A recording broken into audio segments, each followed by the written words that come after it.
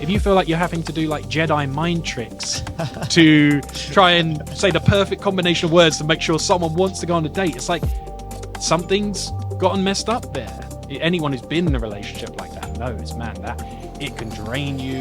You have no peace. Ryan Gosling literally dangling off a Ferris wheel saying, unless you go on a date with me, I'm going to throw myself off this Ferris wheel. Yeah, it's a tactic I've never tried myself. I know many women who had unrequited love for an ex for years. Some people let one failure define their entire life from there. I always talk about the difference between the hangover model of recovery and the athlete model of recovery. It actually does help to sit and write down and remind yourself of all the things that made this relationship difficult. You know, there was this whole thing in UK about the ick. Yeah. And it's literally be like, he wore a purple scarf. And he bends down to tie his shoelaces. Yeah. Or he when he was crossing the road, he did a little run. If you never invest in someone, you're never going to actually learn the depth of the relationship. I think a lot of relationships go stale when two people are they're both craving their own thing. I want this from the partner, but neither of them are giving it to each other.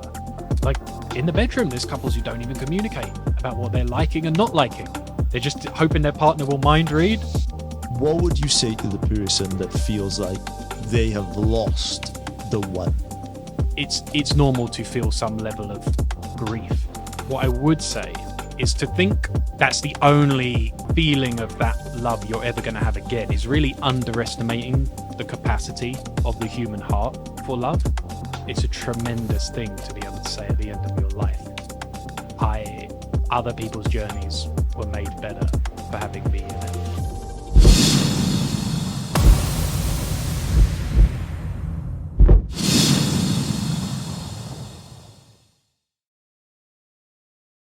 Today on the show, I'm joined by Stephen Hussey in 3D. Man, welcome to the podcast. Thank you for having me, Joe. How are you doing? I'm doing good. Very excited to have you back. And I wanted to kind of pick up on the conversation that we had last time. The latest data that I found on the topic suggests now that 39% of all couples meet online. Do you see that as a positive or a negative? I see it as neutral. I don't mind where people meet. Whenever I've been teaching or coaching, talking to people about dating, I always see people with prejudices. I only want to meet in person. I don't like the idea of online. I always say, why not do both? I don't really see the point in having when we're just, our aim is to, when you're trying to meet someone, you just want to spread the actual net far and wide. So why not meet someone online? Why not meet someone in person? I think online is here to stay. I've been to multiple weddings over the last few years of very close friends. You ask them where they met, it's like Tinder. We matched on Hinge. So you have to at some point accept, this is how a bunch of people are finding people now. We spend a lot of our time with our head in our phones on social apps. So if people are meeting there, great. I'm happy people are doing it. Yeah, I think that it poses a number of interesting questions. One of the things that I think back to was when we did the first interview. Yeah. And we asked our Instagram audience, what are your thoughts on various topics? And one person replied to a post that we asked about online dating. And someone replied, chronic online data here. Online dating is very convenient. However, after a while and a load of dates, you're sat in front of someone that doesn't seem like a real person anymore. Is this just an extreme reaction, or do you see a kind of numbness that could perhaps come from it? Here's the thing. I think when you meet someone online, if you match with them on a dating app, you don't know yet if you have chemistry. You haven't met them in person. And so it's not like when you met someone in a bar or at a friend's barbecue or something and you go, oh, we got on really well. We chatted for an hour. So I know we're going to have fun on this date. I know I already like what they like. We like similar movies. We have fun. I made them laugh. You're going on that date and you're like, I liked the profile. We had a bit of good text conversation. maybe sometimes not even much text conversation. So you're going to meet to find out if you have chemistry, not because you have chemistry. So I think the online dating stuff comes inherently with more opportunity for disappointment. And that's where I think people get burnt out. They go, I've been on a bunch of. There's one group who say, I don't get enough dates from it. And that's frustrating. There's another group who go, I go on a bunch of dates and I find the person was a creep. I wasn't interested. We had nothing to talk about. It was flat. There was no flirtation. And so they start to get that numbness, I think. And I think the combination of feeling like, God, I've spent lots of time swiping on these apps and these dates are not super exciting. I think people do get burnt out, which is why I tell people to use both. You do need to look at your calendar and say, do I have opportunities to meet people that aren't just dating apps? Because otherwise you can get dating app addiction. And also, I think you have to be thoughtful about who you choose on dating apps. You have to know what you're looking for. And maybe you have to screen a bit better. Maybe you need the phone call. Maybe you need to have a little FaceTime with them beforehand and say, hey, let's have a 5-minute FaceTime before when you go on a date. If you're going to dress up and go on a date with this person, why can't you talk to them on the phone for 10 minutes beforehand? People go, that's awkward, blah, blah. I'm like, you're going to go and sit with this person, a stranger, in a cafe. So why not have a conversation beforehand and just see, like, did we have fun? Was I laughing? Did the vibe feel good? I think people would save themselves that disappointment if they were a bit more proactive before that. What would cause a dating app addiction? I think dating apps can have a game-like nature, like all social media, that makes them addictive. It can be addictive just getting matches. It can be addictive to just talk to people and get attention. Some people rarely actually go on dates from dating apps, but do end up texting a bunch of people. Sometimes it's like people just go through it like a menu, like a buffet menu, and I'm doing nothing today. I'm sitting around a bed, I'm on the toilet, I get my dating app out, and I just swipe through a bunch of people. And I think then you can add up, like, this is a lot of hours with very little return on what I'm doing. So I think it can pay, like all social media, like all apps, to say, maybe I need to pick a window. You know, it's like Twitter. Maybe it's not healthy to check your Twitter 30 times a day. Maybe it's healthier to say at 7 p.m. I'm going to like spend my half hour or hour on Twitter doing my stuff, scheduling my posts. And so I think there's something similar with the dating apps. And you've obviously worked with a lot of people. The work you've done at, for instance, Get the Guy, through on your podcast, the millions of people that kind of your work has reached. I'm curious, you know, because I give you an example of, I guess, kind of, I think what I would say is kind of an outlier. I don't believe that is the typical person's kind of experience of online dating. What do you kind of see as the mean? Is it flakiness? Is it just being sent gifts of giraffes or whatever it is? What do you see as kind of what people are telling you? What is the average experience there? I think it does differ between men and women to some extent. I think that women more report. I've worked with hundreds of women over the years, in person, online, through podcasts. So I hear many, many, many stories of what women's experience are on these things. And, you know, I think women's experience is sometimes having more creeps approach them, having more inappropriate messages, maybe just feeling like they're inundated with guys who just want to have sex, or they want to have sexual conversation too quickly, you know, all these kind of things. And I think, but both men and women go through the same issue. Sometimes they're going, I swipe through for ages and don't meet anyone who I like, or I don't feel like there's someone I'm excited about. And, you know, men can also feel like they're just totally overlooked, ignored. They can feel like I am whatever. They can feel like I'm not the right height, I'm not the right weight, whatever it is, and or I don't have this baller life I can show off, so I feel like someone's not giving me attention. But what I will say is both, you know, men and women have separate challenges, but they are real, you know, they both end up coming down to that same thing of like, I just feel like I'm not matching with the kind of people that I want to meet. I'm finding like it really difficult to unearth these gems beneath all the kind of, you know, digging through the dirt trying to find like the gems. And so I think it can be a very, I think it can be a very dispiriting experience, and which is why I really, really, again, I don't think it should be your sole source.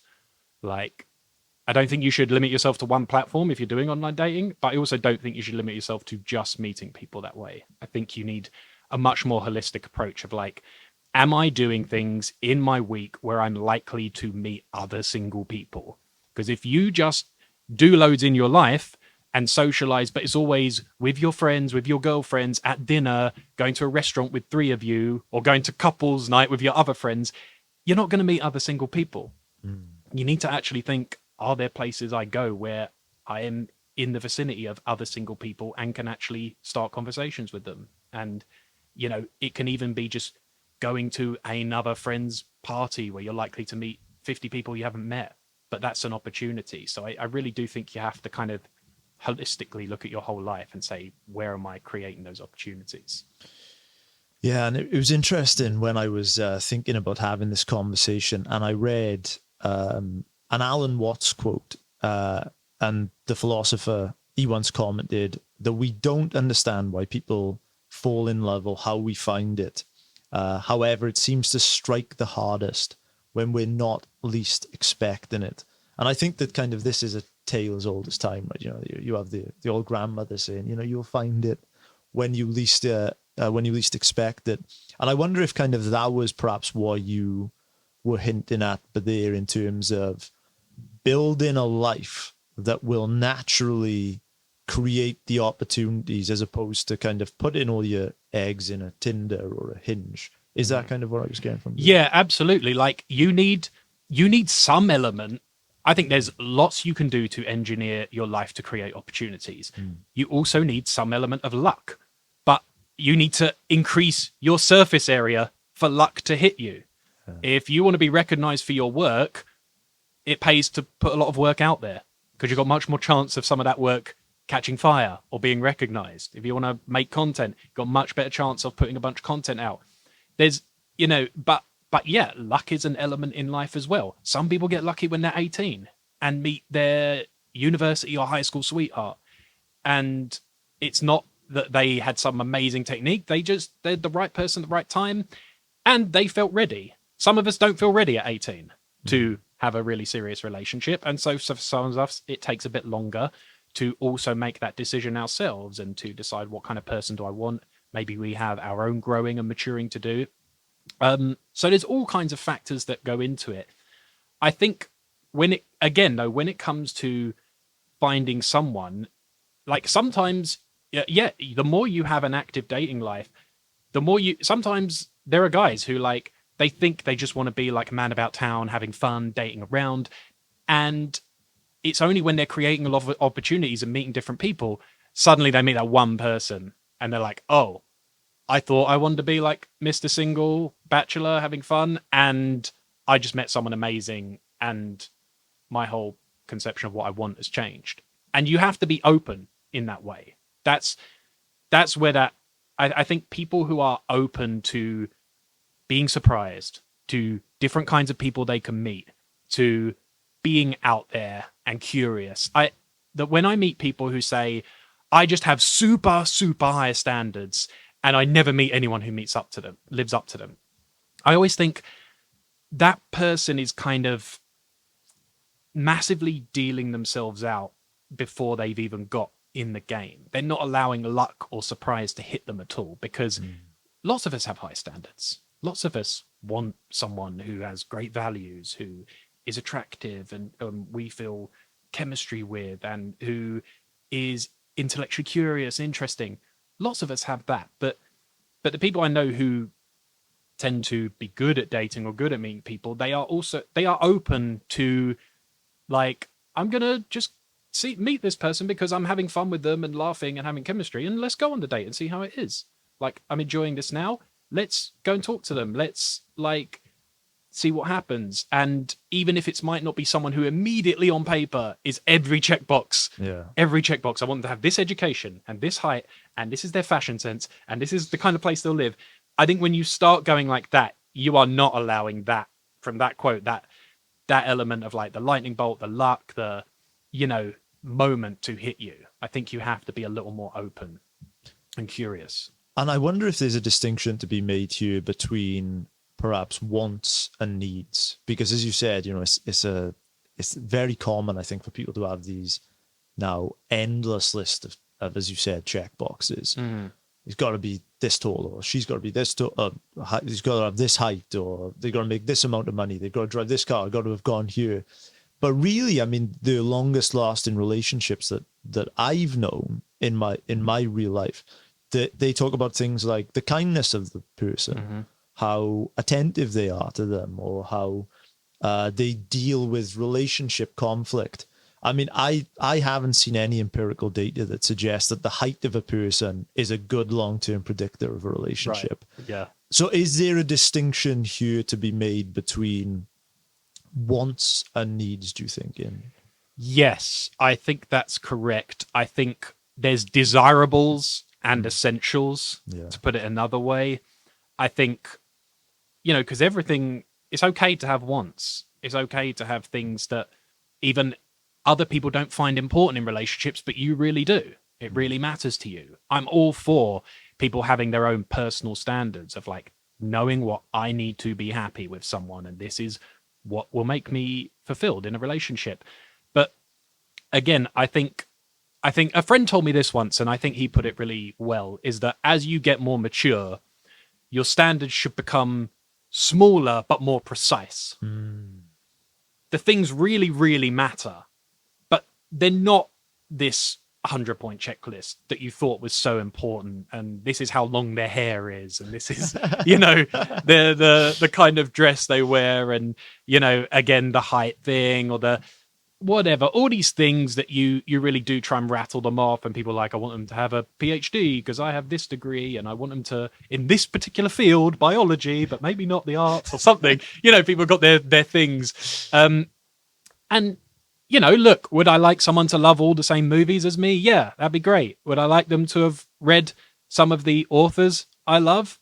That'd be great. You know, if they like Oscar Wilde or Evelyn Waugh, that'd be lovely. We could talk about that.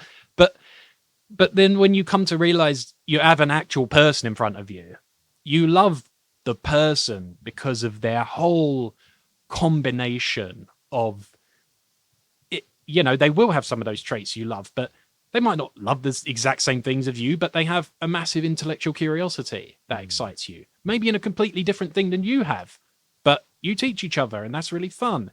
They might have a different energy to you because you thought, oh, I'm so mellow, I need someone mellow like me. But maybe they're the energetic one, and they're super extroverted, and it works really well. And, you know, we socialize because of them, because they're the super sociable one, and she's also capable of hanging out and relaxing, and we have a great time doing that as well. All these things is very, very complex. And attraction, there are certain things you can do to be more attractive as a person, whether it's working on your self-confidence, whether it's working on your life, to have a life that someone would want to be a part of, your communication, being a better communicator, even just the way you flirt or express your sexual side or exciting side. All these ways you can be more attractive as a personality, but the actual things that bring two people together are very complex and rely on so much of like the right fit of like just how are we day to day? How are we when we divide up chores together? Are we like reasonable? Are we easy? Is this person easy to work with? How are we when one person needs a bit of attention from the other person? Do they communicate it in a positive, easy way, fun way, or does it become like a 2-hour drama?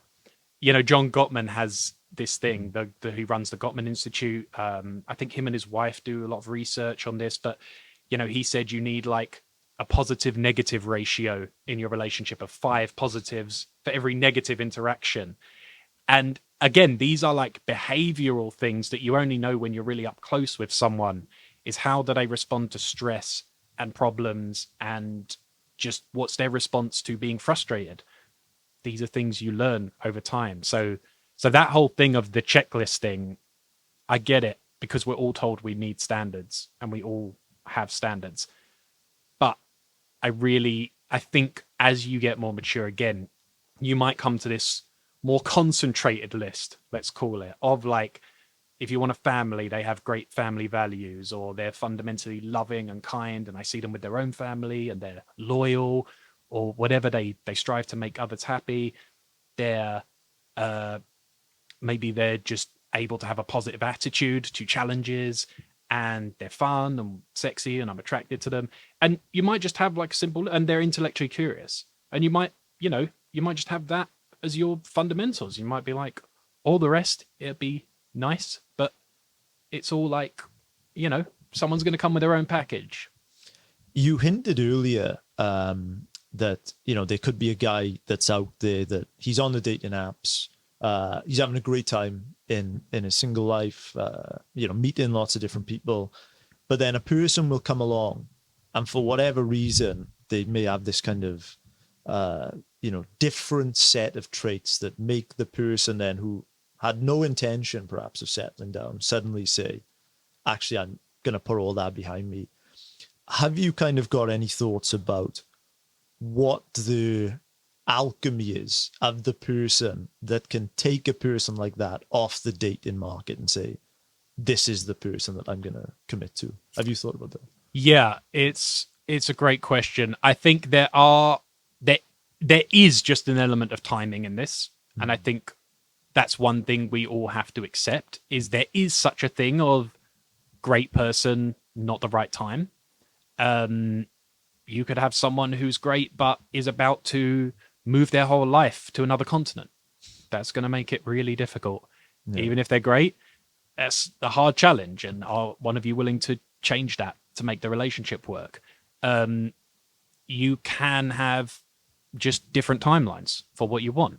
If it's marriage, children, those sorts of things. So there are those things. There's a timing element, and it might mean that no amount of great person could sway that person from their course at this time. I do think, though, there are certain traits, there are certain things that, if someone truly feels this relationship makes them feel truly free and seen, like they really can just be exactly who they are and feel seen and accepted for that, I think that can make it a lot more likely. I think if this person thinks this relationship doesn't hinder my goals, it can also serve them, and we're a team and we achieve goals together.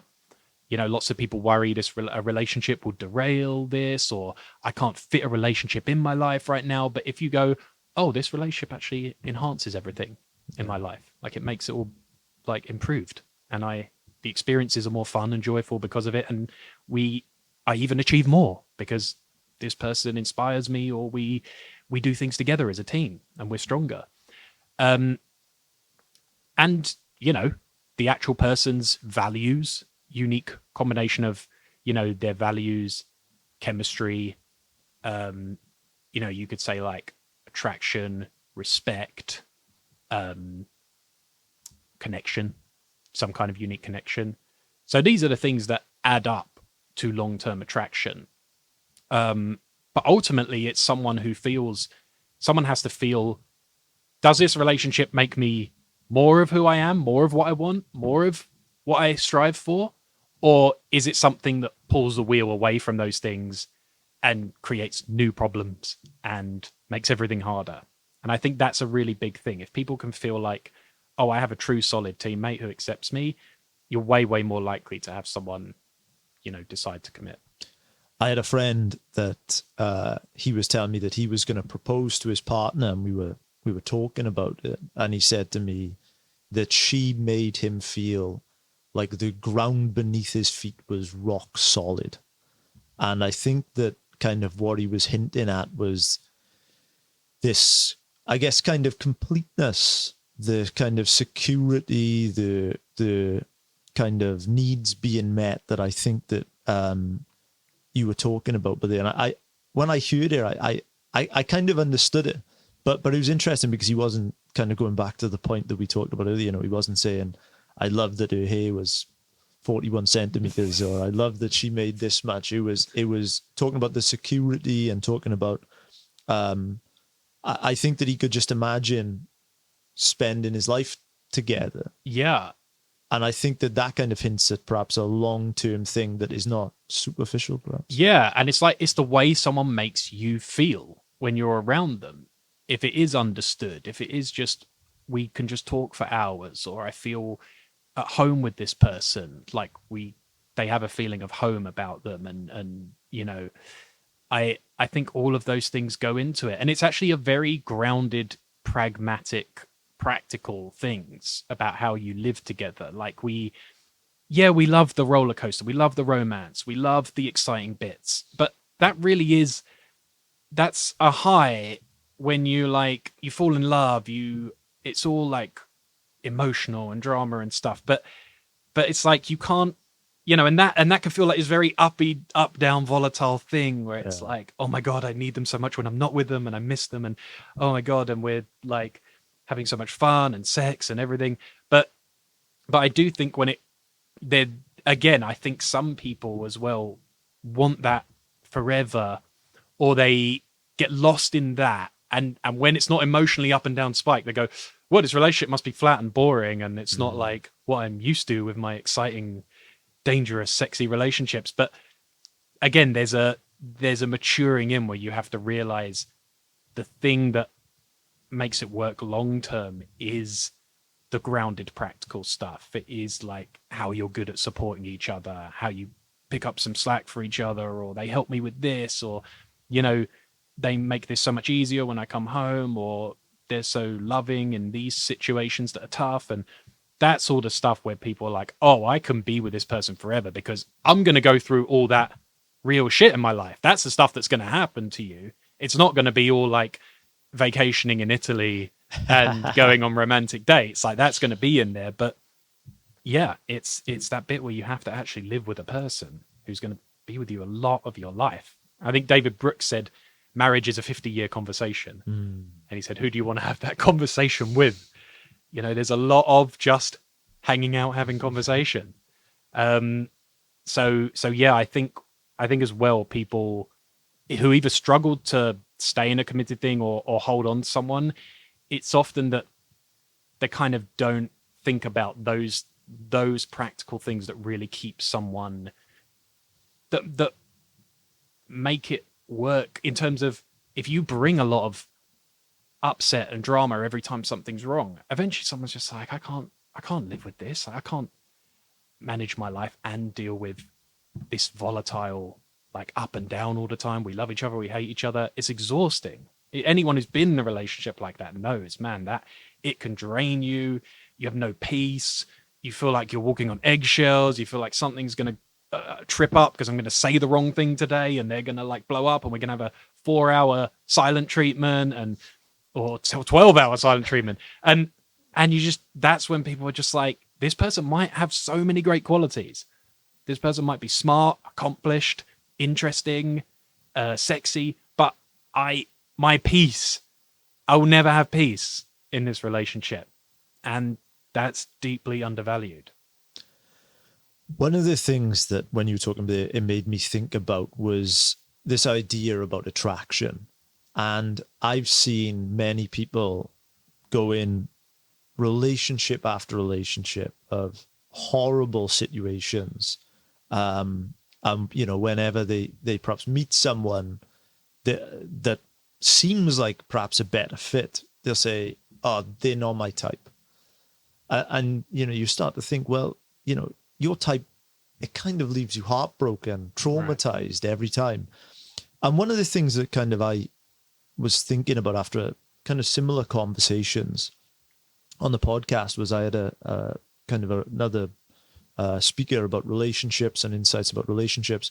And they said to me that if someone felt burning chemistry towards someone, like this intense attraction to the point, you can't think during the day, or you're totally consumed with them, they said that should be a red flag. And I kind of wonder what your thoughts are about this idea that perhaps attraction in some ways may be overrated? Well, I think you definitely need that animal attraction. You need that because I hear from women who I've coached who say the problem is I think this is a great guy, but I don't feel enough of that animal attraction. And I heard from a therapist once who's a very renowned therapist in this area, and he said you need the flame early on of that attraction. You need to stoke those embers because naturally in a relationship at some point you get some waning of that flame. Yeah. So it takes a lot to keep that going anyway. So you need the initial flame. You need the initial flame so you have something to stoke when you do, when you do inevitably come upon those moments where you just get used to each other. You're, not in that initial flush of romance and honeymoon. So I do firmly believe you need some kind of animal attraction to begin with. I think that feeling of like, I can't stop thinking about them. I'm obsessed with them. I can't focus on anything else.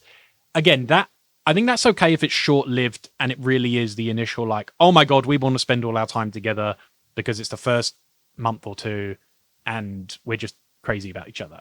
I think that's fine and great. But I do think some people that, again, we talked earlier about being, addicted to dating apps. Some people are addicted to that feeling or that moment.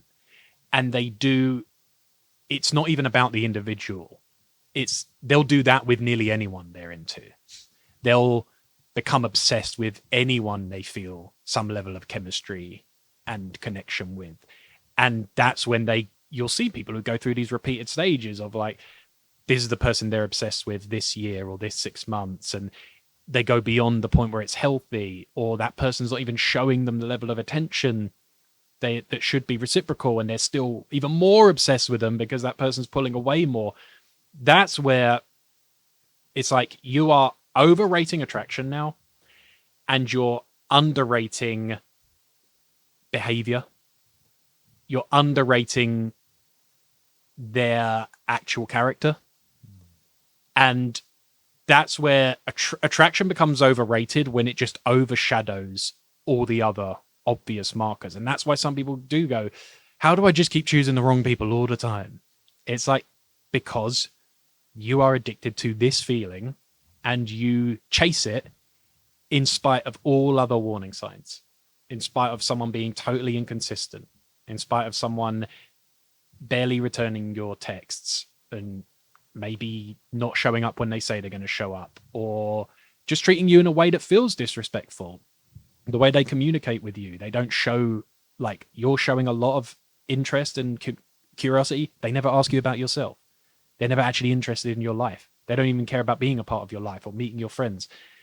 And we'll just go, yeah, but the chemistry we have when we're together, the sex, the feeling I have with them. And it's like, you can actually, that tingly chemistry feeling you can have with a lot of people who are not good for you. And that's why it's not to be ignored. It's not to say, I'll go for the person you don't feel any interest in, but they're a good person. You need something. But I think people almost like getting addicted to a sugar high. They get addicted to that high. Have you watched the latest Barbie film yet? It's only been out a couple of days as of this recording, and I'm afraid I opted for Oppenheimer first.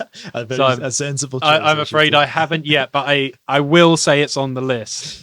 Yeah. So as you were talking, one of the things that I was thinking about there was during the scene, and I of course don't want to spoil it for anyone, but you've got Ken in the movie played by Ryan Gosling, and then you've got Barbie played by Margot Robbie. And at one point in the film, Ken is pining over Barbie, who I think is fair to say she really does not see him kind of romantically at all. She says that she doesn't want to spend the night with him. Every night is girls' night.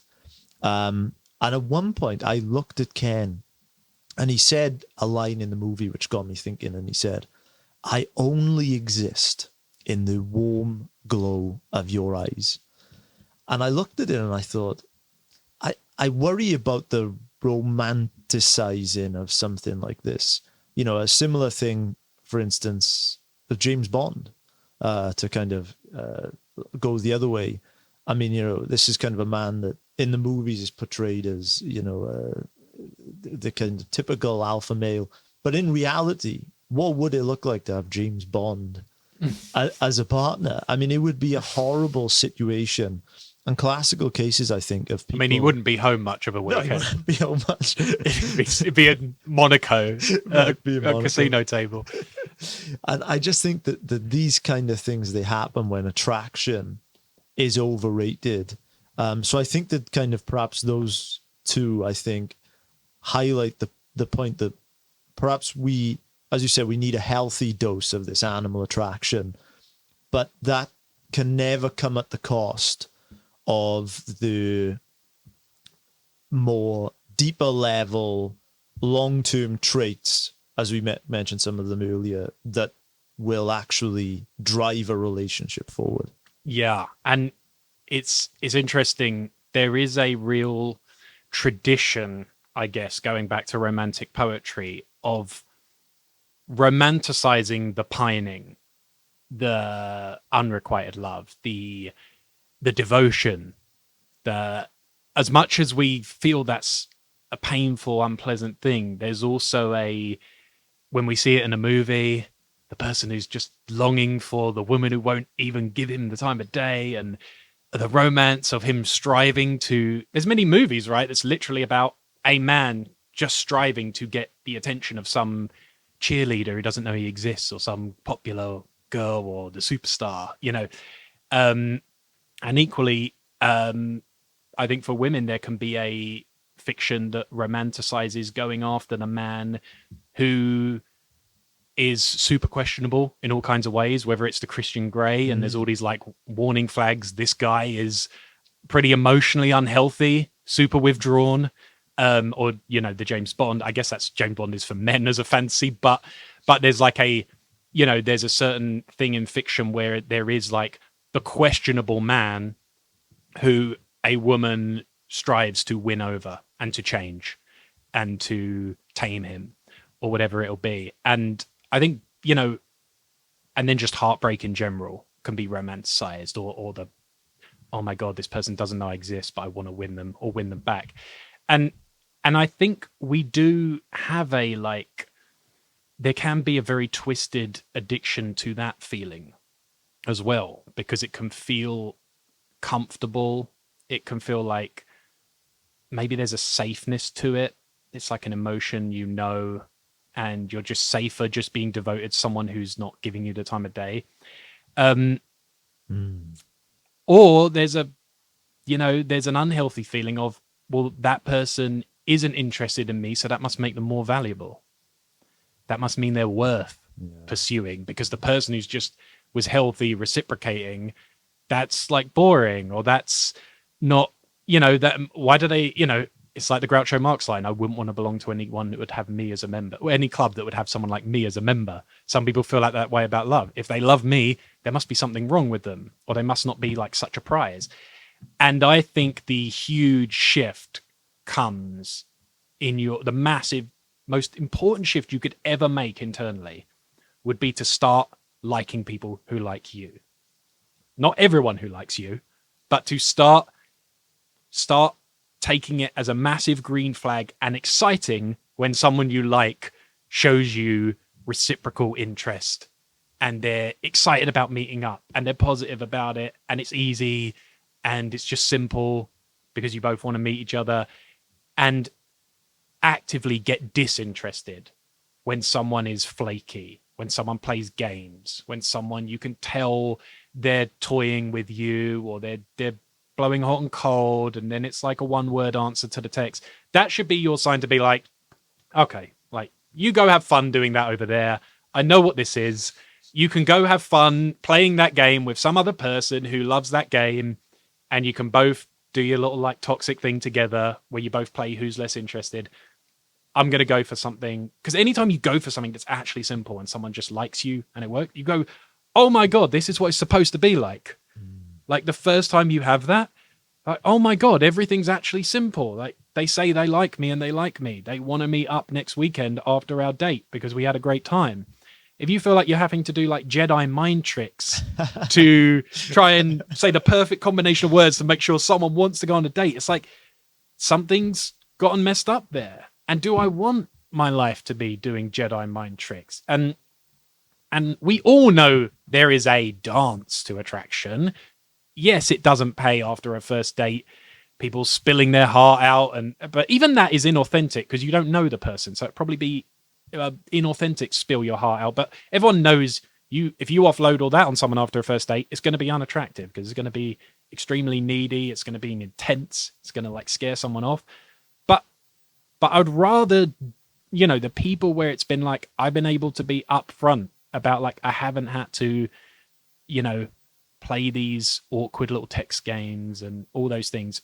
All the relationships I've had that are great haven't started in that unhealthy scenario. And the ones that have either been bad or turned out to be not the right person, or I didn't actually like their character, it was always like there was too much game playing. There was too much trying to like psychologically out chess move the other person. And all of that is exhausting. And I think too many people get in the trap of thinking that's the way you have to like find a mate.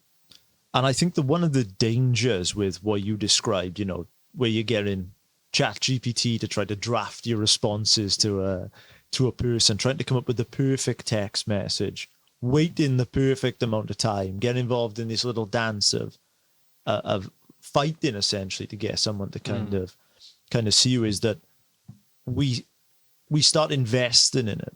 And when we invest in something, when we have skin in the game, it becomes kind of harder in the end to, I guess, get out of that cycle. Yeah. Is that another problem where we can just perpetually get stuck in pursuing the wrong person because we have began investing in an already dysfunctional cycle? Yeah, I think as well, some people, because they haven't met someone they really like in ages, you meet the first person you really like, and you go, oh my God, this never happens. So you do suddenly get tunnel vision of like, I gotta like capture this one because this doesn't happen enough. And that's a scarcity mindset. That's also, it happens if we don't have enough in our lives that excites us and that fulfills us in different ways. We suddenly pin everything on romantic love to solve everything. And I think that's when as well people, they think, oh, I'll be crushed if this person doesn't like me or if this person leaves. And it's okay to be upset something didn't work out. It's okay to be disappointed. That's normal.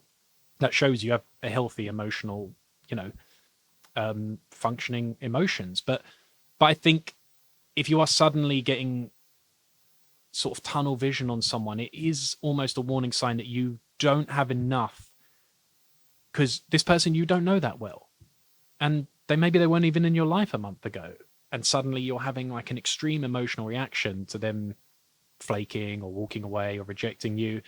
And I always think of it like, you want to be a train moving forward, and you've got a life that has many, many interesting, exciting things in it. And if someone wants to get on board, great. Like, I'll come stop at the station and we can see, and you can come on. But if you're not, the train's going. The train's moving. And it's going to the next thing. It's going to the next adventure. It's going to the next thing.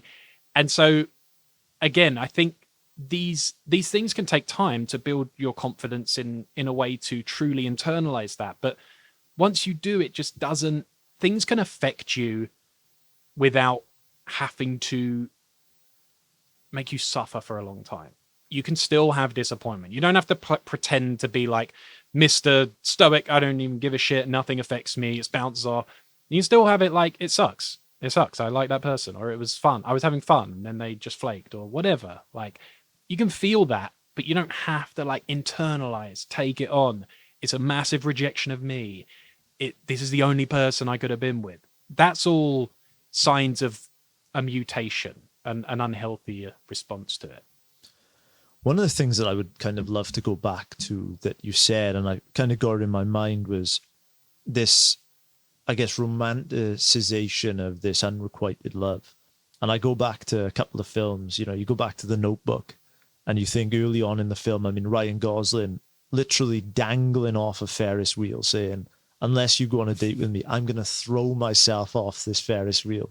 Yeah, it's always it's a tactic I've never tried myself, but I do. I remember in the film thinking that might not be the best note to start the relationship on. Yes, I really don't advise people to do that. That's piling on the pressure. Piling on the pressure. And you think about things like, you mentioned the kind of Christian Grey. I mean, what a way to set a benchmark for men. Right. Be gorgeous, be a billionaire, be great in bed. I mean, for the people listening, unfortunately, that is a very small demographic of people in the world. Yeah. My brother said something funny about that once. He said the author, E.L. James, clearly thought she was writing it and thought, well, hunky man, sexy, likes kinky stuff. A millionaire's not enough. He's got to be a billionaire just to make him super in the 1%, just to make him super unattainable as a man. He's a billionaire who has private helicopters and money's no issue ever. Yeah, I'm not even sure if that is in the 1%. I think you would have to travel to another planet. Right. You have to time travel to find something like that. But it does kind of, get me asking, because I'm really interested in narratives. And I think that storylines, storytelling, I think that it is so deeply rooted in our psychology. We love storylines. We love redemption arcs. We love things with a beginning, a middle, and an end. To kind of tie this back to online dating, I think that is one of the problems with online dating is that I think there is kind of a lack of narrative there than if we bumped into each other on a random holiday and kept in contact and then somehow we met again. I think there's kind of more of a narrative that way. But in terms of the unrequited love, I'm interested in what you think the reasons are why we do kind of romanticize it, because again, I hear it all the time, these things, people say things like, if I don't have to suffer for the relationship, then I'm not interested. If it doesn't come, if it doesn't come easy to me, if it doesn't come hard, then I'm not interested. If I don't have to graft, a word I got to say I loathe, then I'm not interested. So what is there about that? Why psychologically do we do that?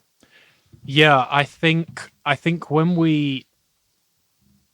again, there has been a lot of narratives that have shown us if you just want them enough, if you just pine enough, like maybe your devotion will win them over.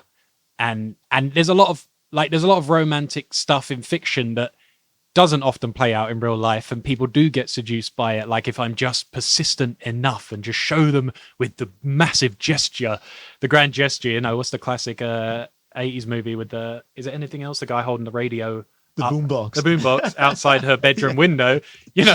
A lot of guys end up with a call to the police when they do that. So I think there has been a sort of sense like if you just want it, if you just chase it enough, if you just like prove your love enough to them. I mean, there's going back to like courtly love. There's that Keats poem, La Belle Dame Sans Merci, like the beautiful woman without mercy. There's all these poems about like courtly love and knights who approve their devotion. And equally, you've got like Sleeping Beauty waiting in the tower for the prince to come, and or just like, yeah, or like you say, the woman trying to like win or seduce or tame the unattainable man who has it all. And I think we love it. I think we do have that feeling of the prize we have to fight for. And you do, like you say, the narrative. It feels like true love is won like a trophy, and you went through the trials and you had to, best the competition. You had to be chosen out of anyone else. And, maybe there is that feeling you feel special for it. Like I did something that showed them I was the only person for them who was right for them. And, that's why we love at the film the person who does all the trials and then eventually wins them their heart because, oh my God, they've been through it all. They've changed. They've had to grow. And I don't think there's something, there are certain noble qualities mixed into that. I just think that when you actually boil it down to what it cashes out as in our lives, it often ends up with I have coached again hundreds of women. I know many women who have had unrequited love for an ex for years, who has never shown them the treatment they deserve, who has treated them, some cases appallingly, some cases just has chosen other people instead of them, or has used them, or has flown into their life and then flown out again. And they'll say they'll have a romantic attachment to, like, it will never be like it was with them though. Mm. No one will ever live up to them. That's the love of my life. Even though that person's totally unattainable now, or has not shown them behavior. I'd always think, well, there's something, firstly, something deeply sad about never deciding to move on, because I do think moving on is a decision eventually. I think it isn't, there's a choice at some point to live in the past. There's a choice at any point to live with one failure. Some people let one failure define their entire life from there. That business failed, that relationship, that I didn't achieve that dream of, I don't know, making movies or something, and so I'd never be a success. But the people who are happy in life are the people who are able to put chapters behind them and find something great out of what they have now. Like, I'm going to make this into something new and different. And you'll meet someone new. They won't be the same. It'll be a different kind of love that's special because it's unique with that person. It's not going to recreate what you had with that person because it's not fair to do that. It's a different person. It's a different relationship. So you're being unfair to yourself and to anyone new in your life. And you're also getting stuck in a fantasy that if you could kind of like right those wrongs or make that fix or do the right thing, that person, it would work out, or it would have. But again, like going back to overvaluing attraction, you might just be overvaluing the fact you've now idealized them, and that's not even who they are. People do that all the time, by the way. That's part of our narrative building, is people often get an unrequited love because they have a completely false picture of someone. They have blown their great qualities out of all proportion and completely ignored the things that make that person a nightmare. And they've basically deified them or made them a saint.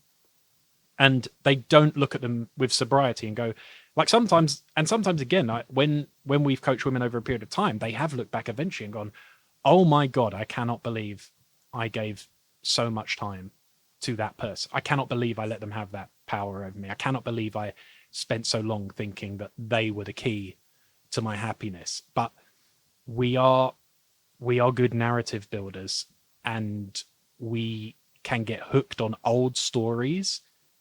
And the best way to get rid of an old story is to start a new one, because humans love stories. And the best thing is to actually change the narrative in your life to, this is how I let go of that old part of me that was attached. That's how I let that part die and grew back bigger. That's what you do. You know, this boxing coach I knew always used to say, like, kill your ego. A bigger person comes back from the dead every time. Yeah.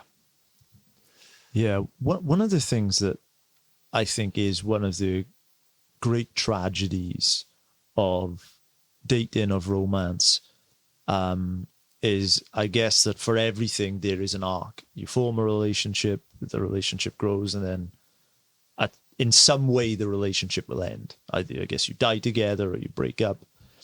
And one of the things I think that I would kind of love to ask you is that one of the, I guess, most psychologically traumatizing experiences within a relationship is if someone has had a relationship and the relationship ends and they feel like, that was my person, that was my soulmate that I've lost, that I'm never going to get back. There's no one else out there for me. That was my person and it's now over. Yeah. And they may have self-sabotaged it. I'm not, going to speculate on why the relationship ended, but they feel fundamentally that they lost their human. What would you say to the person that feels like they have lost the one? I think to feel that it is understandable. It's completely understandable. You can have had the greatest love you've ever had, and you feel like, well, I don't have that anymore. That's been ripped away from me, maybe by choice, maybe not. And it's normal to feel some level of grief over that. What I would say is to think that's the only feeling of that love you're ever going to have again is really underestimating the capacity of the human heart for love. Our capacity to love is actually quite unbounded. Like it's astonishing how people can love again after going through the most terrible losses. Again, through my coaching, I've been lucky enough to see people's progress over many years, and people who did really feel like, I've given up. This is it for me. Some people just felt like, I'm not going to be able to meet anyone new because I was in a 20-year, 30-year marriage, and I'm 55 now, and maybe this is it. Maybe that's game over for me.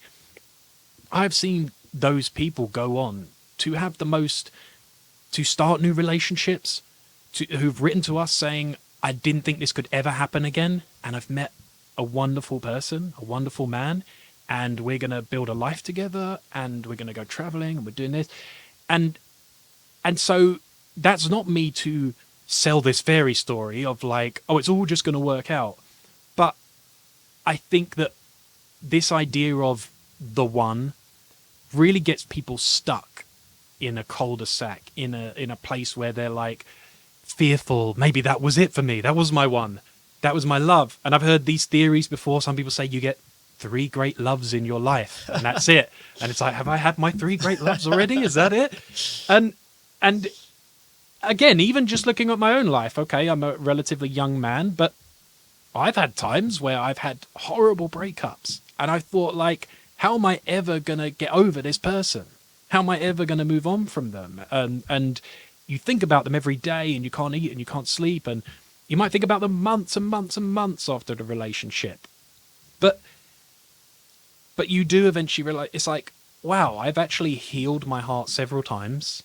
I've patched myself up. I've found someone new and fallen for them completely anew. And it's been a new relationship with new excitement to learn about them and different dynamics. And it's like, oh my God, I did it again. I am in love with someone new, and it happened. And again, I think that's when you approach life with an openness, realizing like my capacity for love is actually quite enormous. Actually, you can love many people. You have many. It's like saying I've got this many friendships in my life, and my heart has no more room to love anyone else again. It's like, that's not true. Your capacity for friendship is endless. Like you can love so many people in your life and have connections. And so, I think the one is something you choose. The one is the person you decide. Like, this is who my brother talks about it. My brother Matthew talks about it as building a castle. This is the person I'm going to build a castle with. This is the person I'm loyal to. This is the person we're going to look out for each other. We're going to be in love. We're going to build a life. We're going to give affection to each other, take care of each other's needs. That is a decision. And so you can lose someone really, really special. But I don't think in any cosmic sense there is this one chosen person when you arrive on Earth, and that's it. I mean, what if you never met that person? What if they live in, I don't know, New Zealand, and you never go to New Zealand? So your one was in New Zealand, in Wellington, and you never went to Wellington, so you didn't meet the one. It's no, I actually find the encouraging answer is way more optimistic, because it's like, look, people seem to find true love wherever they are. It's remarkable the amount of people who do it. A coincidence. Yeah, everywhere. London, Rio de Janeiro, Paris, wherever you are, it's people manage to find it. And actually our capacity for finding love is quite amazing, really. Because if it was so rare and impossible, you wouldn't, most people fall in love in their life. Most people find some kind of love in their life. So I'm actually very optimistic about people's resilience in that area. But it is a choice. You sadly can choose to remain in the past or in an old relationship that's long died, and you can choose to stay there forever. Some people do. And, you know, if you want to actually, if you do think I'm here on this earth for a limited time and I want to give more love and have more connection, you at some point have to decide that's enough now. Enough. I've given enough energy. I'm not going to recreate that. I've given enough energy to that person now, and now it's time to put my energy somewhere where it's returned. One of the things that I become very interested in is the reactions that people have to breakups, and going through the literature on it, the kind of neural signatures that underlie social rejection, they seem to activate the same regions of the brain that are active during physical pain. People talk that, for instance, going through a breakup, it kind of activates craving pathways in the brain, similar to, for instance, someone going through a drug withdrawal. For many people, I suppose, you know, outside of death, bereavement, you know, loss of a loved one, it can be, I guess, one of the most painful, traumatizing experiences that someone can go through. You talked there about, you know, at some point you have to make the decision. You can no longer keep revisiting the ghosts of the past. Yeah, the unfortunate thing, I guess, about breakups is that they really can have a knock-on effect. You could be in bed with the next person, and yet, you know, your partner can still be there with you. Obviously, not physically, but they can still be there. Mm-hmm. So I wonder, for the person going through the depths of heartbreak, of despair, what are the things that they can do to eventually get themselves to the point to say, enough, no more, it's time for the train to leave the station again? Yeah, I totally sympathize. I've been there myself. I know it intimately, and I know it's, when it first happens, it is just like the world's caved in. You know, it's silly in a flippant way. I compare it to that bit in The Dark Knight Rises where Bruce Wayne is thrown down to that enormous pit, and it's just dark. It's, you know, horrible. There's like demons in there, and somewhere the light's up there, but you're like, how will I ever scale this wall to get up there again? How will I ever climb out of this? And I think you have to be loving to yourself in that moment. You can't live in, you know, a lot of people get stuck as well in, here's the mistakes I made. Here's the ways maybe I should have been different. Maybe I could have kept them if this happened, or, you know, or someone made maybe someone cheated and, you know, ended the relationship, and did I cause it or did I do it or whatever? But eventually you've got to go through a process of turning that self-loathing into self-love and saying that I'm worth whatever's mistakes have been made on mine or their part. I have to be loving to myself in this moment. Like, I am my own patient right now, and I am going to treat myself like someone. How would I help my best friend recover? And I always talk about the difference between the hangover model of recovery and the athlete model of recovery. Hangover model of recovery, junk food, mindless sitting in front of the couch all day, treating yourself like shit, feeling bad, slobbing around, never having a shower. You know, you can have your little hangover period for a bit. Fine. We all been there. You can have your little hangover period. But then it is time to have the athlete model of recovery. And that means, okay, if you have an injury as an athlete, maybe I can't do this with my arm right now, but you know what? I can take care of the other parts of my body. I can stop myself from atrophying. Maybe I just work what I can work today. And that might be getting a walk in some fresh air. That might be just doing something to move your body. That might be saying, I'm going to start to take on some responsibility again in my life so that I have things beyond this relationship that matter to me. Think other things, purpose beyond this. It might just be the way you support yourself. Like, there are groups of people that are helpful to be around after a relationship. I call them like, there's like the people who give you joy. There's the people who just like, they're the ones who will take you out to have fun. You'll laugh in their company. There's your sage counsel. That might be the people in your life who will listen, go to for some wisdom. Because there's some people in your life who are not helpful after a breakup, Yeah. and they can make you feel worse.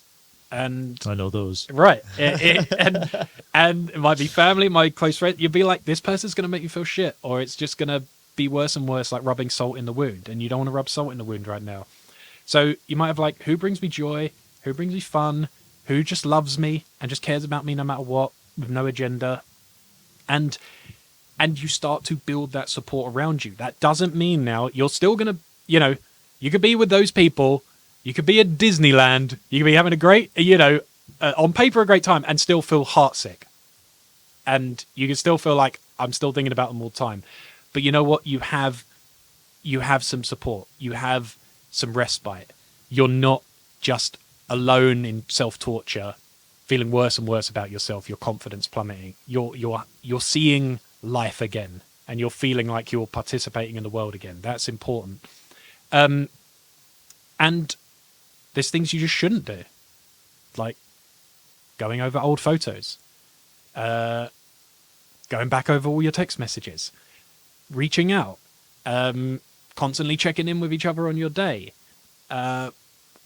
going through whatever, all the things that are just rubbing salt, reminders. That's the last thing you need right now. All of it will just keep resetting the clock and setting you back. So those are some things you have to do as well. And then there's just like managing your energy. There's managing, what are you waking up and connecting to each day? Like you setting your intention each day, even if it's for the smallest thing. Like, I'm going to do something for my body, something for my work, or just contribution, and something with people. And if you even just start treating them as like my 3 little check boxes for the day, you'll inch towards feeling, okay, there's life beyond this. There's something beyond this person.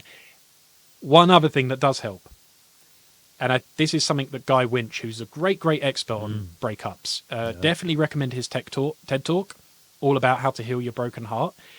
It actually does help to sit and write down and remind yourself of all the things that made this relationship difficult, of all the, even just for now, write down the worst qualities this person had, the things that you thought, I can't live with that. Why can't I live with that? Why is that something I feel is not what I want in my relationships? And have that as your go-to reference point, because you'll just forget that. You'll idealize them. You'll go, well, they were the only person who could have made me happy. And sometimes you have to go back and go, oh yeah, I wrote down, here's 5 things. Like, they always complained whenever I did this. They never made it easy for me to express an honest opinion without like turning into a fight. They criticized me anytime I tried to do something, whatever it is. And you can just have that as you need to keep jogging your memory on why this actually you, and on all the things that are great right now about you having room for someone else in your life. You have to keep having reference points to go back to. And I suppose if you adopt the belief that there is not just one person for you, that your person is conveniently here in your village and not in Wellington, as you said, I guess that does make it easier in some ways, at least, because if you do have the belief that there is just one person and suddenly you've lost them, then I guess cognitively there is no point to then go and try again. So if you adopt that belief, at least, I guess that could help in some ways. Yeah, absolutely. One of the other things I would love to kind of mention is when you're talking about breakups, and when I was thinking about this, I think back to a friend I had going back it'd be probably about 11 years, and he went through a breakup, first love type. I think he was about 3 months post breakup. I think he'd really been following, kind of, from what I remember, a lot of the athlete methods that you talked about, with the, trying to go to university, studying for exams, this, that, and the other. And I remember distinctly him making some progress. And then he went on a kind of a partying holiday. And in this 1 week, I think that it's fair to say that the guy basically had somewhat of a breakdown. And in speaking to friends, I think that what it sounded like was that on this 1 week, there was a lot of alcohol, but also if you go to one of these places, you kind of see people really at their worst. You see people throwing up in the streets, and you see, very kind of, unfiltered behavior of, typically very young people. There's hormones in the air, all kinds of things happen. And I wonder if that is kind of something that we could perhaps think about, because I guess most people, they go through a breakup. What do? They rush to a nightclub, or they rush to the local bar. But the problem with that is that you do typically see people at the worst. It's not as if you're going for a hike in your local hills and everyone's saying hello and good morning to you. Is that something that perhaps we should be cognizant of? I think, yeah, like once you start introducing areas where there's drink, people are getting out of their minds, and people are there to, like, just meet someone, be promiscuous, whatever, be debauched or whatever in one of these like things, I think it can inevitably just make you feel more acutely like what you don't have right now, where you're like, I had this lovely relationship. It was like cuddling in bed and everything. And it's like in the film Swingers, Jon Favreau's trying to get over his relationship, and he's like, Vince Vaughn's taking him to Vegas, and he's like, why do I want to see a bunch of club girls in Vegas when they're like not half as good as my girlfriend that I just broke up with? And that's what he's feeling. It's like he's like, well, I'm just going to compare and feel worse. And I think there can be this thing of it can be like the first person you get with after your relationship can make you feel terrible. Like if you do go out and meet someone and have a bit of fun, someone could just feel terrible the next day because they just feel like, oh God, I just feel like it's just reminded me of everything I don't have right now, and I didn't need to do that. I didn't really want to do it, but so I think again, you gotta like be kind to yourself. You've got to allow yourself. Some of that is just trying to numb yourself. Like, I'm going to get drunk. I'm going to try and meet someone else. It doesn't really. It can be a way of not really dealing with the fact that you're feeling pain. And sometimes it's like you've got to actually sit with the fact that you're in pain, and that's okay. Like when I'm talking about this recovery stuff, I'm not being drill sergeant and saying just suck it up and don't acknowledge it. It's just part of working with the fact that your emotions are tender, your emotions are delicate. So you want to like not prod the wound, you want to start healing, but you still need to like, just having one conversation about the fact that you're in pain doesn't solve it. You might need to have the same conversation with your friend 3 times and you'll still say, God, I still miss them. I'm still thinking about them. And they'll talk to you again. Or you think, oh God, I really want to call them. So again, you have to allow for the fact these things come in waves. It doesn't just like fix instantly because you did the right thing.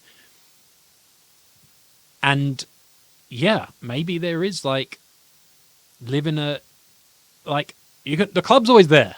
You can go. So it's like, you can go if you want. But you can, maybe it is time to like mix it up and be like, maybe I need to do some more wholesome things. Maybe I need to go to like, I don't know, go meet some people at an exhibition opening instead. It's something a bit more like wholesome. Go to a lecture in my town. Go to like some event that's just a bit more like neutral, not about drinking. And just, when I meet different people, it jogs a different part of my brain. And it's something like, oh, those are interesting. That's something to like hold on to. And yeah, I don't think often, I'm not like anti-alcohol or anything, but I don't think throwing that in, there's rarely a situation where I can say that's going to help it at this time. Throwing in like getting drunk and just hooking up. Yeah, it's probably just gonna, if anything, at best neutral, but possibly just make you feel worse and make you just miss someone more. And I suppose if we have a kind of idea that when we go through this breakup, our ex is suddenly going to be the best person ever in our minds. Mm-hmm. And we can take that knowledge and I guess we can say, kind of to my friend's point, that perhaps if we know that inevitably for a short period we are going to be comparing them to other people, that perhaps we should at least give someone new a fighting chance. And as you said, go to places where people perhaps are at their best. The libraries, the exhibitions, the hiking in the hillside, as opposed to perhaps, the other stuff. Yeah, that's right. The darker side. So Matt, I would love to kind of ask you, because I think we've kind of covered, I guess the early attraction. We've talked about, the online dating. We've talked about the one and breakups. And one of the things I think that perhaps is interesting for me is if someone is going to move on with their lives, they've, I guess, just come out of the pits of heartbreak, and they've said to themselves, enough is enough. And they've gone on a date with someone, whether that's through online dating or, they've met someone in some other way, a spontaneous way. They've gone on a date with them. They come out of the date, they think it went well, but they're not sure whether they should see them again. Are there perhaps any questions they could ask about whether they should then go on another date with that person? I think deciding to go on a second date, partly I think it's quite simple. I think it's, did I have fun in their company? Did I see any glaring red flags or things that mean this is not a person I want in my life? And do I feel like there's something beyond just like, again, depending on what your goals are, but let's assume you want maybe something more than just a hookup. Do I feel like there's some actual unique connection here? Like, was I having fun in their company? Do I feel like there's some unique connection? And were there any glaring red flags? And I think if you can answer them, you're pretty safe to go on another date, because you're not really, it's upside if it works out. And if it doesn't, you can always pull back.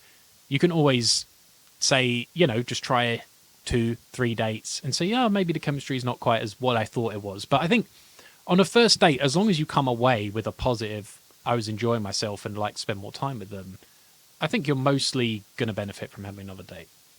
And you mentioned kind of red flags, but I kind of feel like this has become such a popular topic to talk about. Yes, it has. Yes. Do you have any idea what are your thoughts on France? Why it has become so popular to discuss? I think people do love trading their dating horror stories. People love trading their insights, their observations. And it's fun to kind of pick out like what are the universal things, like they said this phrase, or they whatever, they didn't offer to pay the check, or they didn't like do this when we entered, they said this to the waiter. They didn't say please. We love like finding our little algorithms and rules for dating.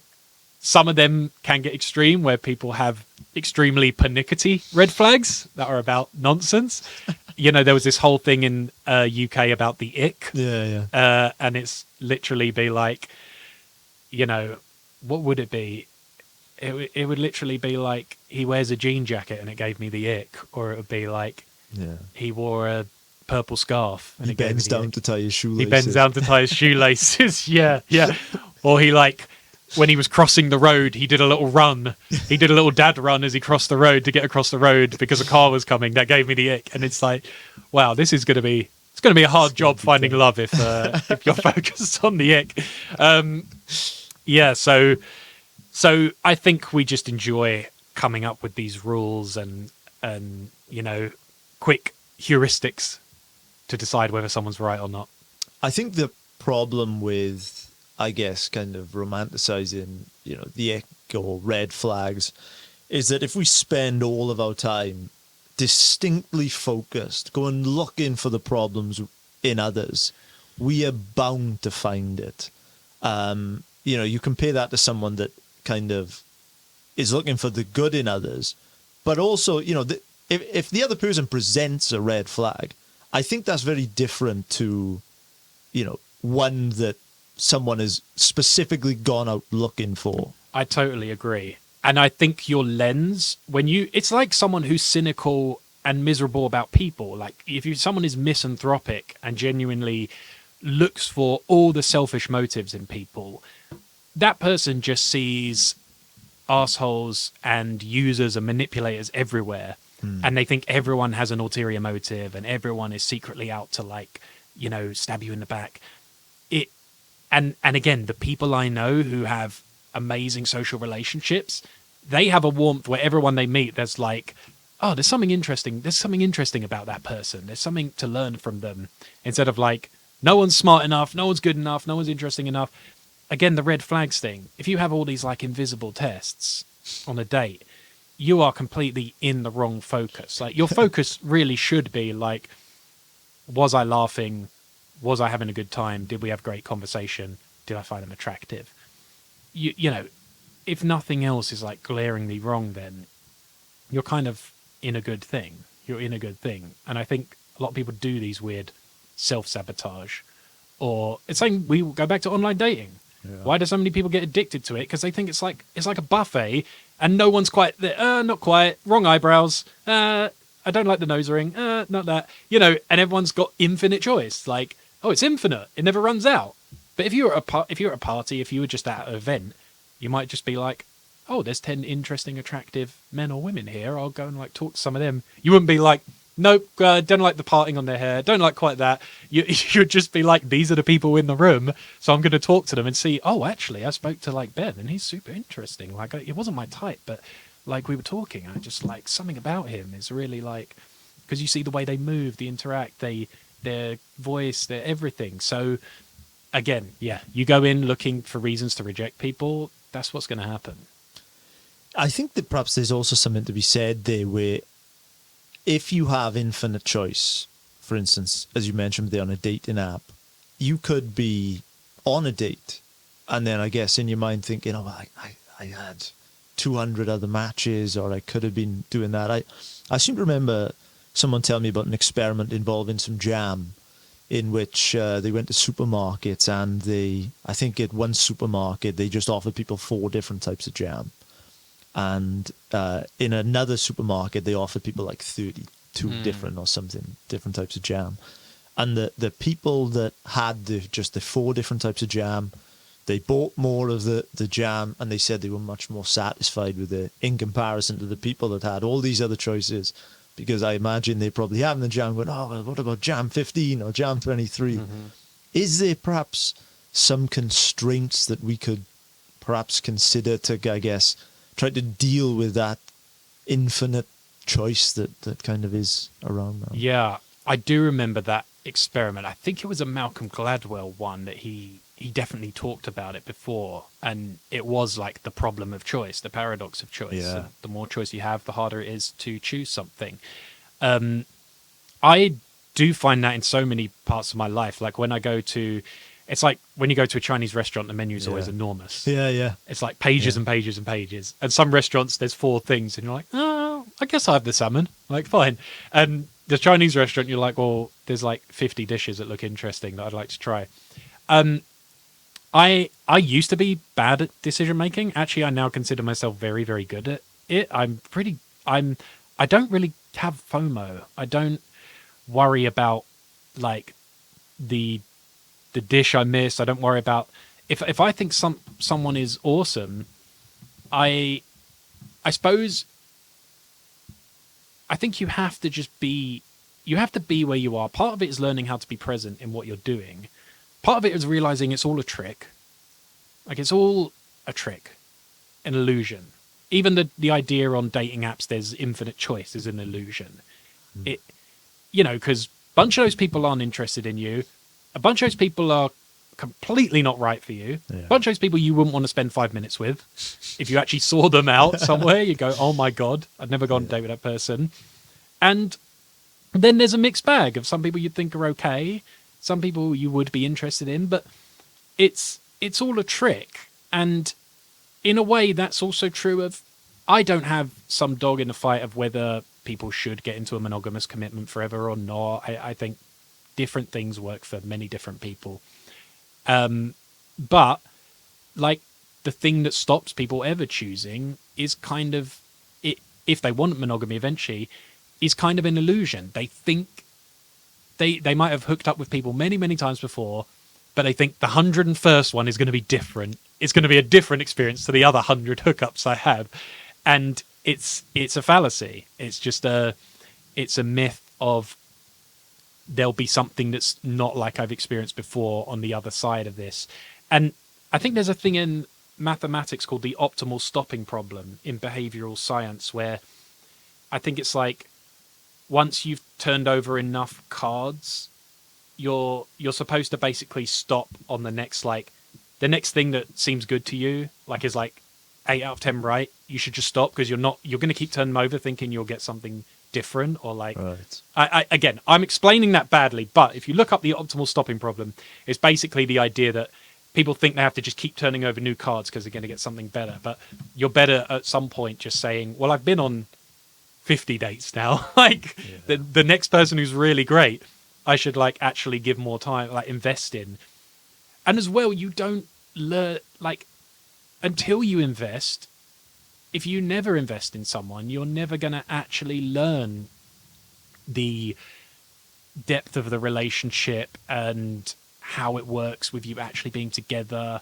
You have to eventually make a choice to even see how it is, because if you're always just going on the first 3 dates with someone, you've always just got this superficial idea of what it's like, but you haven't actually experienced the richness of a relationship, the actual feeling of what it is to love someone beyond that, and you're just in honeymoon period all the time, which is kind of fake and not real. So yeah, I think people do get caught in that trap though. But to make any richness in life eventually comes from committing. You want to do that project, eventually you're going to have to cut off other things. Eventually, you want to write that book, you're going to have to cut off the 10 other books you were interested in writing. You're going to have to make this your baby for now, and you're going to have to commit to it. But that's where all the growing is. All the growing is in when you commit to things, when you actually make some decisions and decide, this is what I'm going to put energy into. The things you put tiny amounts of energy into, it ends up with superficial, investment. Yeah, I always think about the Rumi quote where he said, 1,000 half-loves must be sacrificed to take one true love home. And I kind of do think that for the people that are just, say, for instance, going on 3 dates, I think that it does kind of miss a fundamental fact of human psychology, and that is that when we invest into something, inevitably we will then kind of develop feelings more and more. Mm-hmm. It's kind of like takes me back to the Stephen Covey thing where he talks about, love the noun is created by love the verb. Is that, if your relationship has lost the spark, lost the desire to love, to then go back to the basics of turning up, to invest in, and then inevitably that there is something psychological about it, but we like the things that we invest in. Yeah. I wonder if you had perhaps any thoughts on that.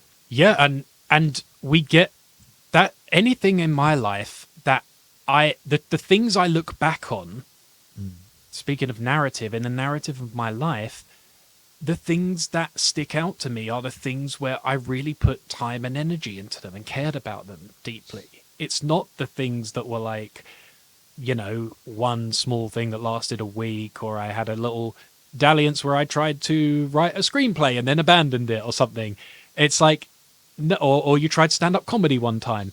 It's like, no, the things that stand out to me are like, I put a huge amount of time into a PhD. Yeah. It's one of the hardest things I've ever done. And, at times it was like mentally it breaks you. Like, it's like you go through a whole cycle with it. I wrote a book with my brother in my early 20s. That was extremely stressful at the time. It was scary, but I put an immense amount of work into it and deeply cared about it. And that went on to be a bestseller. And it was a huge moment for us. And it's like, I'll always have that. There's an emblem of that investment that exists. The best relationships I've ever had, again, are the ones that stand out to me, where I learnt the most, I grew the most, are all the ones because we spent a few years together and you learn things you would never have learnt without it. Like, I wouldn't learn some areas where I can be an arsehole. I wouldn't learn some areas where I'm like, wow, I'm too selfish there. Or some areas where I'm very good. I'm like, oh, I'm actually a good partner there. I'm very caring of those things. You will not learn those things unless you actually invest and are committed to something. And I remember, I mean, less on relationships, but I remember Warren Buffett and Bill Gates both challenged each other once to write down the one word that they thought counted for most of their success. And they both wrote the same word, which was focus. When they decided to focus on something they do well, or, you know, not try and entertain 100 different options, that was the thing that built something lasting and successful. Less but more. And there's a number of great books that I love on this. You know, The One Thing, Gary Keller, Essentialism, Greg McKeown. One of the things that I would love to pick up on that you said, and I think that speaking to friends, particularly friends that have been in relationships for a long time, and I think that it relates to this topic, because I think people that inevitably they go through the relationship life cycle. They start off, they have the raging hormones. The relationship kind of develops. They commit to each other, and for whatever reason, life gets in the way. And then after a while, they report that, for instance, the spark has died. And I wonder, just from what you were saying, but there, you know, is the spark dying inevitable, or is it perhaps in fact due to the case that perhaps we're just not doing the things that led to the spark being created? I wonder what your thoughts are there. Yeah, I think, you know, relationships, every relationship has its own complexities and experiences that happen, and people bring their baggage to them. I think the spark often, it's not something that, definitely something not just that lasts on its own. You really do have to, you know, there's elements in relationship of, yes, there's dependability, there's trust, there's, you know, loyalty and all these things. But there's also, you need elements of still surprising each other.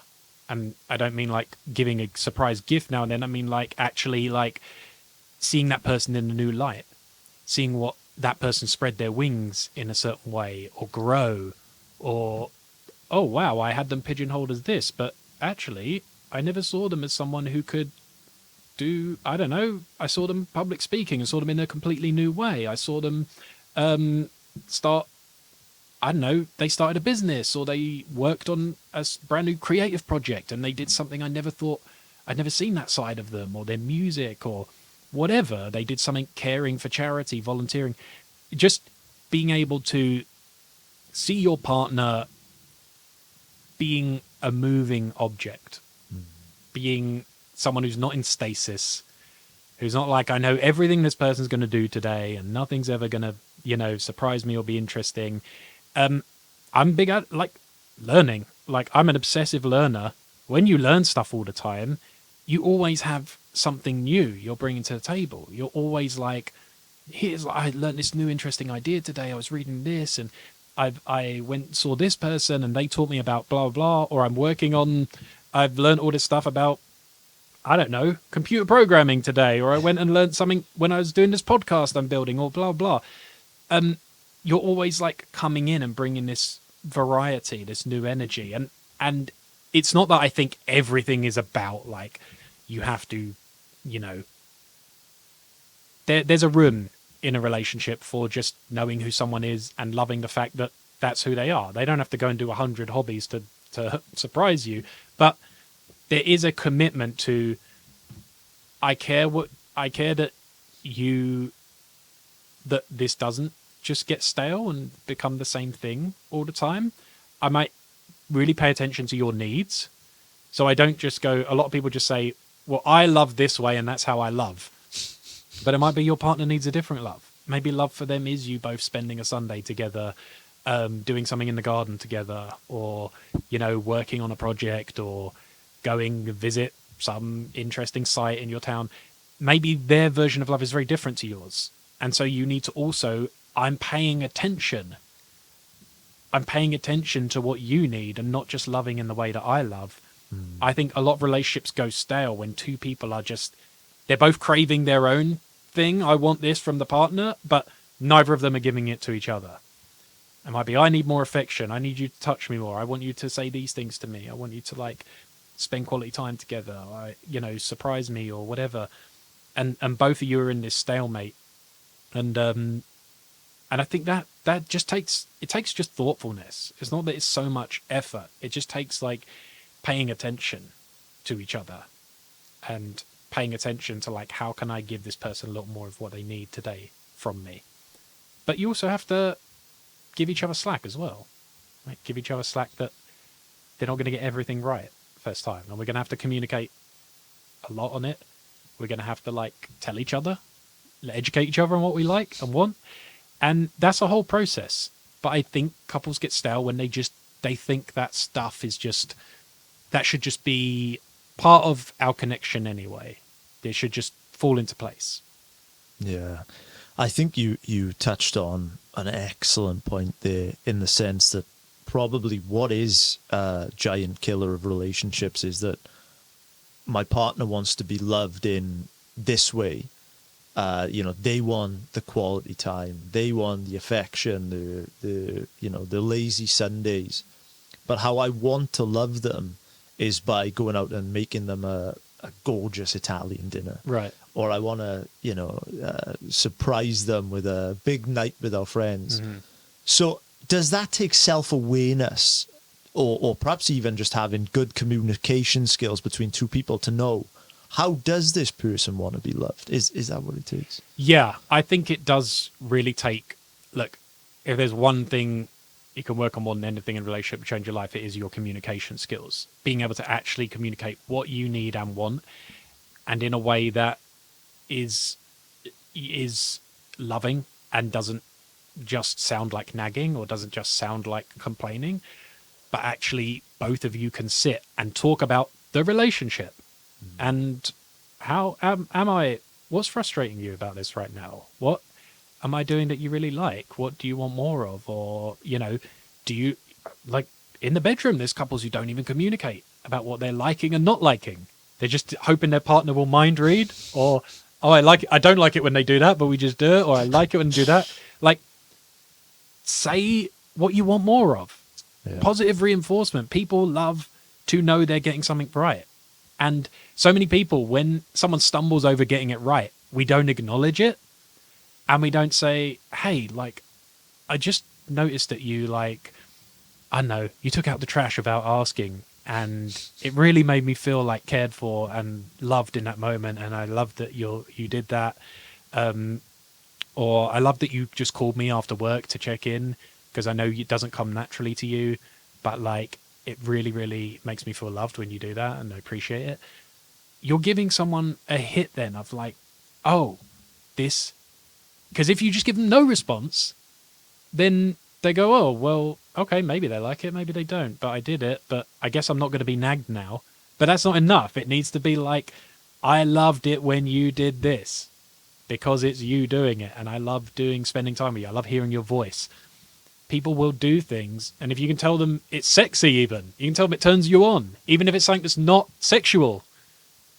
I had a woman once who told me, I had a girlfriend once who told me how much it turned her on when I was doing the dishes in the sink, and like she was like, she came up and like put her arms around me and was kissing me and was like, it's just so like sexy and manly seeing you.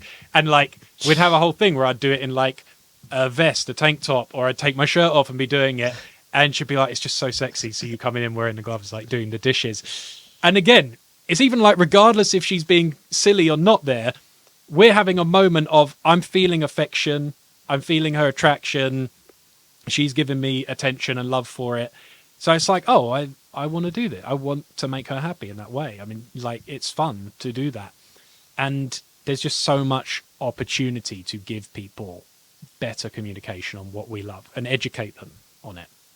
I know a friend, Ramit Sethi, who, is a money expert but talks about relationships. He does have check-ins with his wife where they will have a time once a month or once every quarter, let's say, whatever, where they do actually like, let's spend today talking about a relationship, or let's spend a few hours today talking about like where we are, what we want next, where we're going, what our goals are. And again, to some people that's super unnatural, but it's like, well, if it's a thing you care about doing and working on, you can do it in your own way that's less formal, but why not? Why not? What have you got to lose by checking in more with each other? Man, I've absolutely loved this, and I could speak to you all day. I got a couple of final questions that I would love to go through with you. And then before I ask you to kind of sign off, tell our listeners where they can connect with you, all the great work that yourself, the company that you work for, I'd love to know, do you have a favorite story of love, whether that's, you know, something you've read fictionally or from a client that you've worked with, from a woman that you've helped? Is there a kind of favorite story of love that you've got? Well, I've heard many real stories of love. I think fiction wise, you know, a lot of love stories in fiction, quite a lot of the good ones are cautionary. And so there's a lot of stories I've definitely read that have been things not to do. And, you know, if you go to a book like The Great Gatsby, it's really poetic, romantic, beautiful. But Gatsby is also emblematic of a real unhealthy obsession, his obsession to win Daisy's heart, to someone he lost long ago. He felt like he wasn't enough of a successful man to win someone like her. He has all this ambition. He goes and becomes this great man of means and, you know, these lavish parties. And he's kind of all doing it to win her heart again. And there's something, you know, there's something in that where I see the ways we get the beauty of what we're capable of how much devotion and love we can give to someone and how much we can want to like better ourselves for someone else, but also a massive caution in creating your own myth, falling for a fantasy, having illusions about someone who perhaps is not the person you imagine they are. So for me, it's a pure tragedy, The Great Gatsby, but it is a love story to me that is almost like there's more to be learned from something like that. You know, it's the same way that Shakespeare's tragedies have a lot to teach you about terrible flaws in human nature, whether it's jealousy, indecisiveness, competitiveness. So yeah, for me, it'd be something like The Great Gatsby, just for the lessons you get early on from reading that. Let's imagine that you make it to the end of your life. You've had, you know, for you, the relationship that you dreamed of.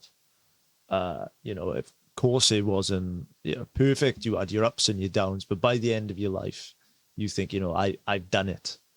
And you had to write a note or a letter to this person, and you were paying your gratitude for some things that they did in the relationship that made it kind of so great for you. What would perhaps be some of the things that at the end of your life you would be thanking them for that made this relationship so great? I think I would be thanking someone in my ideal scenario.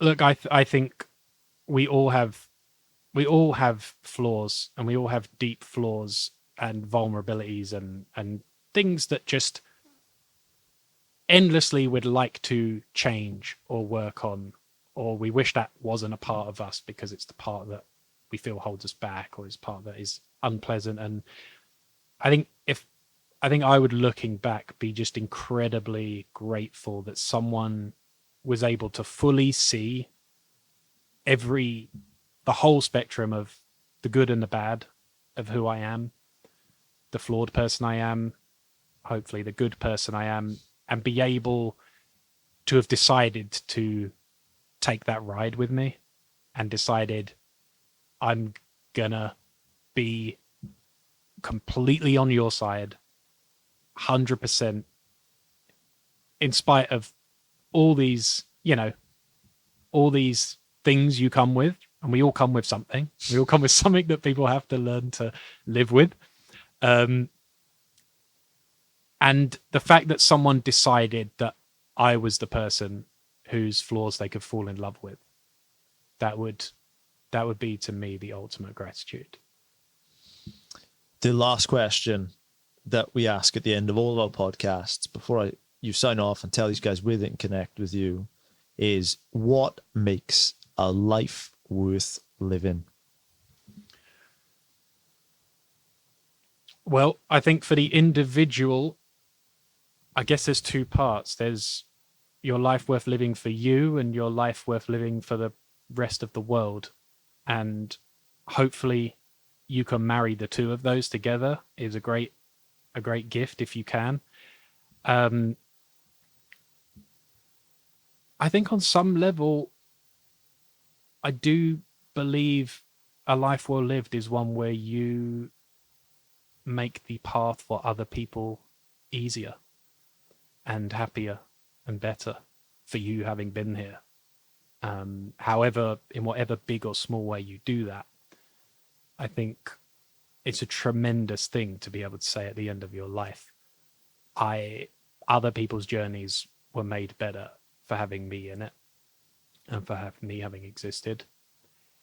And if you can also have, achieved your own, whatever your peak experience is, whatever you want to learn, do, feel, have fun with, work on. I think if you can have managed to also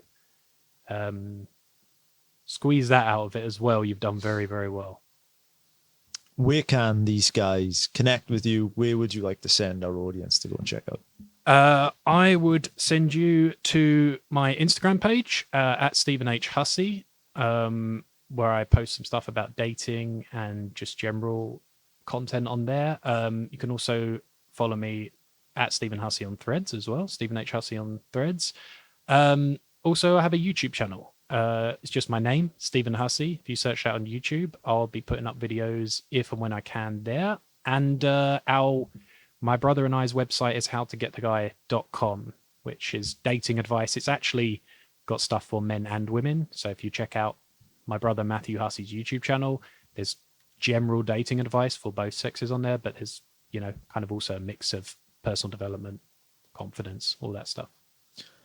And I just want to thank you once again for taking the time. Obviously, as you can imagine, 300 plus interviews. I consume a lot of content in this space, and I can tell you that I really believe that there's stuff that your company have been putting out for a long time. I really, really do believe that this is transformative stuff. Thank you. And I really love the tone and the good nature to it. And man, I'm so happy that you're here in 3D, of course. So Stephen, I'm so grateful for you coming here. Thanks so much. Thank you so much, brother. I appreciate it. It's good to see you, as always.